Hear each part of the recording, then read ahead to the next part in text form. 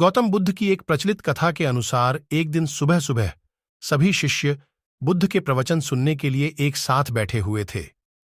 कुछ देर बाद बुद्ध अपने साथ एक रस्सी लेकर आए। तथागत के हाथ में रस्सी देखकर सभी शिष्यों को हैरानी हुई।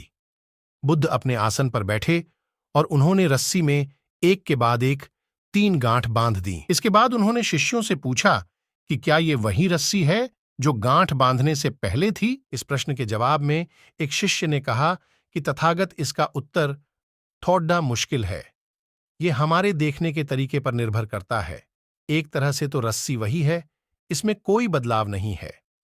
एक अन्य शिष्य ने कहा कि अब इसमें 3 गांठें लगी हुई हैं जो कि पहले रस्सी में नहीं थीं, इसे बदला हुआ भी कह सकते हैं। कुछ शिष्यों ने कहा कि वास्तव में मूल रूप से रस्सी वही है, लेकिन बदली हुई दिख रही है, लेकिन इसका मूल स्वरूप बदला नहीं है। शिष्यों की बात सुनकर बुद्ध ने कहा कि आप सभी सही बोल रहे हैं, अब मैं इन गांठों को खोल देता हूं।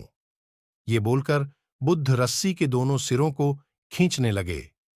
बुद्ध ने पूछा कि क्या इस प्रकार रस्सी की गांठें खुल जाएंगी? सभी शिष्यों ने कहा कि नहीं, ऐसा करने से तो गांठें और ज्यादा कस जाएंगी, इन्हें खोलना और मुश्किल हो जाएगा। बुद्ध ने कहा कि ठीक है, अब एक अंतिम प्रश्न, इन गांठों को खोलने के लिए हमें क्या करना होगा? शिष्यों ने कहा कि हमें इन गांठों को ध्यान से देखना होगा, जिससे हम जान सकें कि इन्हें कैसे लगाया गया है। इसके बाद हम गांठें आसानी से खोल सकते हैं।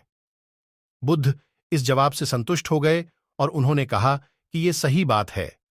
हम परेशानियों में फंसे रहते हैं और बिना कारण जाने ही उनका हल खोजने लगते हैं, जबकि हमें पहले समस्याओं के मूल को समझना चाहिए। जब समस्याओं की वजह समझ आ जाएगी तो उन्हें सुलझाना बहुत ही आसान हो सकता है।